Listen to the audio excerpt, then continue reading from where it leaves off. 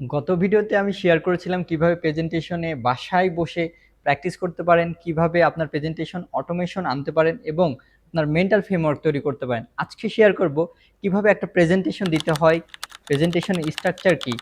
So চলুন শুরু করা যাক। প্রথমত আপনাকে প্রেজেন্টেশনের স্ট্রাকচারটা ফলো রাখতে হবে। স্ট্রাকচার কি? আপনার ইন্ট্রোডাকশন, বডি এবং কনক্লুশন।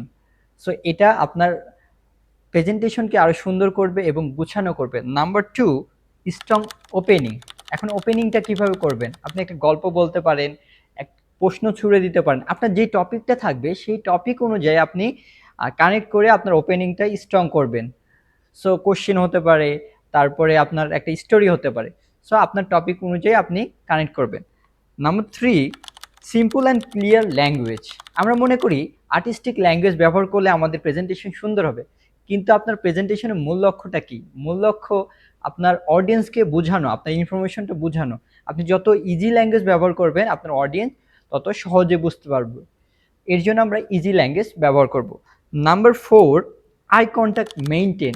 এটা খুবই গুরুত্বপূর্ণ। আপনি যদি প্রেজেন্টেশন দিতে যে অন্যদিকে তাকান, আপনার অডিয়েন্সের দিকে না তাকান, সেক্ষেত্রে ইংগেজ হবে না। আপনার আই কন্ট্যাক্টটি মেনটেন রাখতে হবে। Number 5, body language. আপনার শুধু কথাই মিনিং দেয় না, আপনার হাত নাড়াচ্ছেন, বডি নাড়াচ্ছেন, এগুলো কিন্তু মিনিং দেয়, এগুলোর একটা মিনিং রয়েছে। সো আপনি কথা বলার সময় যদি হাত বা আপনার বডি না মুভমেন্ট করেন, মনে হবে রোবট, আপনার কমিউনিকেশনটা ফ্রুটফুল হবে না। তো আপনি প্রেজেন্টেশনে দেওয়ার সময় আপনাকে বডি ল্যাঙ্গুয়েজটা মেনটেন করতে হবে। তারপরে number 6, don't read, speak naturally. আমরা কি করি? প্রেজেন্টেশন স্লাইড দেখে দেখে রিডিং পড়ি।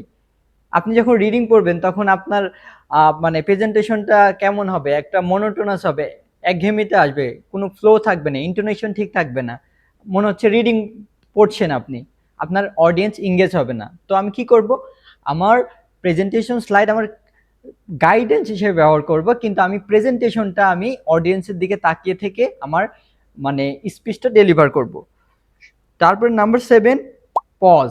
সামটাইমস আপনার থিঙ্কিং কোনো টাইপের কন্টেন্ট থাকলো, মাঝখানে অনেক সময় কোনো কিছু বিষয় থাকে যেগুলো আপনার অডিয়েন্সকে থিঙ্ক করতে হয়, এমন জায়গাতে আপনি একটু পজ নেবেন, তাকে চিন্তা করে সময় দেবেন, তাহলে আপনার অডিয়েন্সের সাথে এঙ্গেজমেন্ট বাড়বে।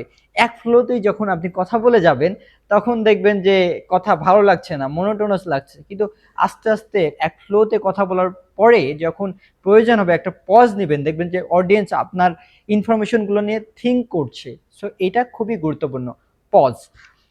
Number 8, strong ending.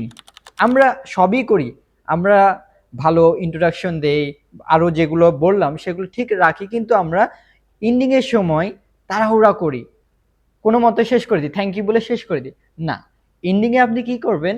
এন্ডিংয়ে আপনি র্যাপ আপ করবেন, পুরোটা সামারি করবেন, যে আপনার প্রেজেন্টেশন যে টপিকে ছিল সামারি করবেন অল্প সময়ের মধ্যে, এবং একটা স্ট্রং মেসেজ দিবেন যে আসলে এই পুরো সামারির মোরাল থিংটা কি, মানে মেইন লার্নিং পয়েন্টটা কি, এই জিনিসটা আপনি শেয়ার করবেন, যেটা মনে রাখবে আপনার অডিয়েন্স।